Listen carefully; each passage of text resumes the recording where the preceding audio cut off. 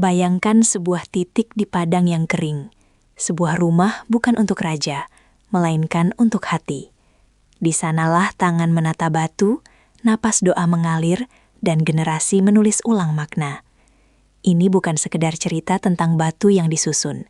Ini tentang janji, pengorbanan keluarga, dan cara sebuah struktur menjadi mercusuar spiritual. Dengarkan kisah pembentukan Ka'bah dan para pembuatnya. Dari niat sederhana menjadi poros jutaan doa. Di antara bukit pasir dan jalur perdagangan, lembah itu berdiri sebagai persinggahan. Rute-rute dari negeri tetangga melewati tempat ini. Pedagang, pengembara, jemaah musiman. Sebelum ia menjadi pusat ibadah, fungsi geografisnya adalah praktis, air musiman, jalur kafilah, dan titik pertemuan suku. Namun tempat yang strategis sering menjadi tempat bertukar gagasan dan ritual.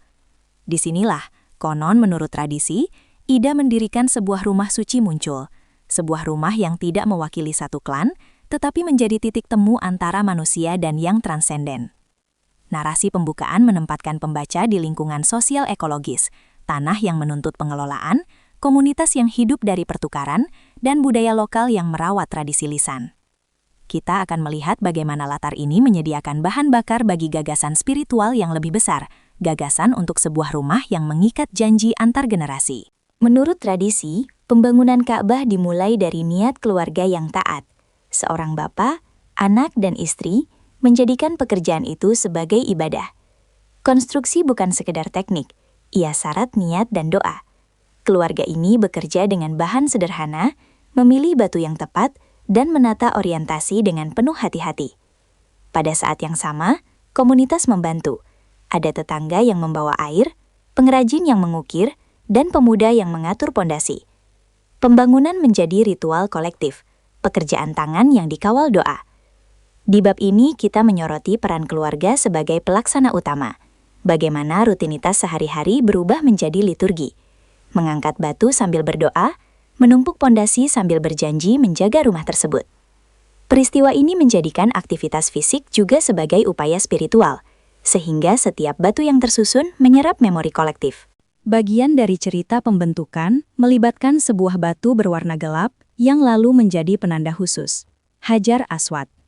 Bila dilihat sebagai akar ritual, penempatan batu ini adalah ritual fokus, menandai titik awal, menegaskan arah, dan memberi simbol yang mudah dijangkau oleh masyarakat. Ada beragam versi tentang asal-muasal batu itu dalam tradisi lisan. Yang penting di sini adalah fungsi sosialnya. Orang memiliki titik tumpu untuk doa dan ritus. Bab ini menjelajahi simbolisme batu. Mengapa sebuah objek fisik menjadi pilar makna? Bagaimana manusia memerlukan jimat visual untuk memusatkan ziarah, pengabdian, dan komunitas. Kita juga membahas bagaimana ritual seputar batu berkembang. Tindakan mengangkat, mencium, atau menepuk, yang kemudian menjadi bentuk ekspresi kolektif. Arsitektur Ka'bah yang sederhana, bentuk kubus, merupakan bahasa visual yang kuat. Kesederhanaan memungkinkan struktur menjadi simbol universal, titik tanpa ornamen berlebihan, sebuah arah yang mudah dikenali. Bab ini membahas hubungan antara bentuk dan fungsi. Kubus memudahkan ritual mengeliling, tawaf, titik permukaan batu menandai fokus, dan ruang terbuka di sekitar mendukung kegiatan sosial praktis. Selain itu, pembahasan menyentuh aspek material, jenis batu, teknik pengikatan, dasar pondasi, dan bagaimana pilihan itu mengikat pada kondisi iklim serta sumber daya lokal. Bab ini menegaskan bahwa bentuk sederhana menampung lapisan makna, simbol ketauhidan, pusat orientasi, dan wadah ritus yang akan diwariskan. Mendirikan rumah suci memerlukan teknik praktis, penataan pondasi agar stabil, pemilihan batu yang tidak mudah retak, dan cara mengikat dengan bahan yang ada di lingkungan. Namun lebih dari itu, prosesnya adalah proses sosial, gotong royong, pembagian tugas, dan sistem pengumpulan sumber daya komunitas. Bab ini menceritakan tahap demi tahap konstruksi dalam kerangka kehidupan masyarakat. Tukang batu yang diwarisi keterampilan, peran wanita dalam menyiapkan kebutuhan, dan ritual istirahat yang memberi makna pada kerja. Pembaca juga diajak memahami waktu. Proyek konstruksi berlangsung dalam rentang musim hujan dan kering memengaruhi cara kerja, sehingga bangunan itu tumbuh seiring pengetahuan praktis masyarakat. Seiring struktur selesai, rumah itu mendapat fungsi ritual yang menentukan, menjadi arah untuk doa berjamaah. Menjadikan sebuah bangunan sebagai kiblat, mengubah praktik devosional secara kolektif. Ratusan, bahkan ribuan orang kini sepakat memusatkan tubuh mereka ke satu titik tertentu dalam sholat. Bab ini menjelaskan transisi fungsi dari lokal ke ritual, bagaimana rumah menjadi pusat identitas, bagaimana arah itu menstandarisasi praktik religius di lingkungan regional, dan bagaimana ritual seperti tawaf, mengeliling, muncul sebagai ekspresi kolektif yang mempertemukan tubuh, langkah, dan doa menjadi satu ritme. Kita juga menyinggung bagaimana ritual ini membantu memperkuat solidaritas lintas kabilah. Kehadiran pusat ritual menarik peziarah dari jauh. Dampaknya multidimensi. Ekonomi lokal bertumbuh, pedagang membuka lapak, penginapan pembangunan, layanan air dan makanan beroperasi. Ziarah mempertemukan beragam etnis, bahasa, dan rantai perdagangan. Ritual tahunan menjadi event ekonomi dan sosial. Bab ini mengkaji keseimbangan antara kebutuhan komersial dan kesakralan. Bagaimana masyarakat lokal menegosiasikan ruang ekonomi tanpa menghilangkan nilai spiritual tempat. Juga dibahas pengaruh jangka panjang. Urbanisasi ringan, pertukaran budaya, dan pola migrasi musiman. Selain catatan sejarah formal, tradisi lisan memayungi bangunan dengan legenda, kisah mujizat kecil, pengorbanan, dan pembelajaran moral. Legenda ini berfungsi sebagai media pendidikan, menanamkan nilai dalam generasi muda melalui cerita yang mudah diingat. Bab ini mengumpulkan beberapa motif legenda yang umum, kebaikan, pengujian, pertolongan ilahi, dan menelaah fungsi sosiokulturalnya, menjaga memori bersama, memberi identitas lokal, dan mengikat moral masyarakat. Situs yang sakral sering menjadi pusat kepentingan politik atau militer. Bab ini mengurai fase ketika kontrol atas rumah suci dipertaruhkan karena pergeseran kekuasaan, invasi, atau perselisihan lokal. Kita memperlihatkan bagaimana komunitas mengatur perlindungan, perjanjian perlindungan, peran pemimpin agama dan adat, serta mekanisme resolusi konflik.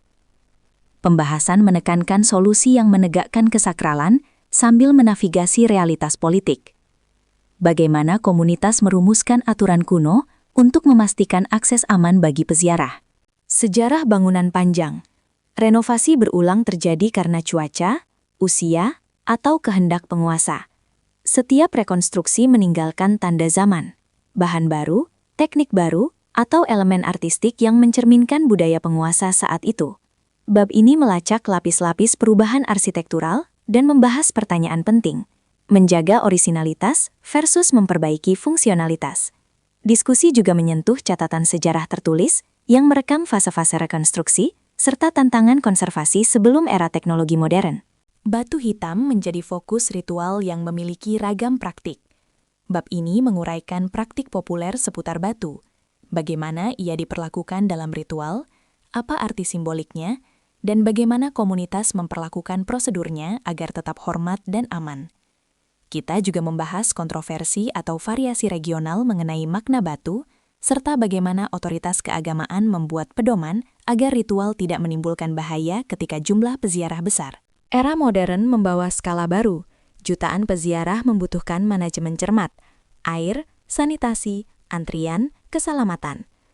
Bab ini menyoroti solusi manajemen modern, sistem antrian, pemanfaatan teknologi untuk pengaturan massa, fasilitas medis, serta kebijakan reservasi. Dilema etis hadir. Bagaimana merespons kebutuhan jutaan tamu sambil menjaga nilai spiritual? Jawabannya melibatkan kolaborasi sektor publik swasta, kebijakan publik yang responsif, dan budaya disiplin sosial di antara peziarah.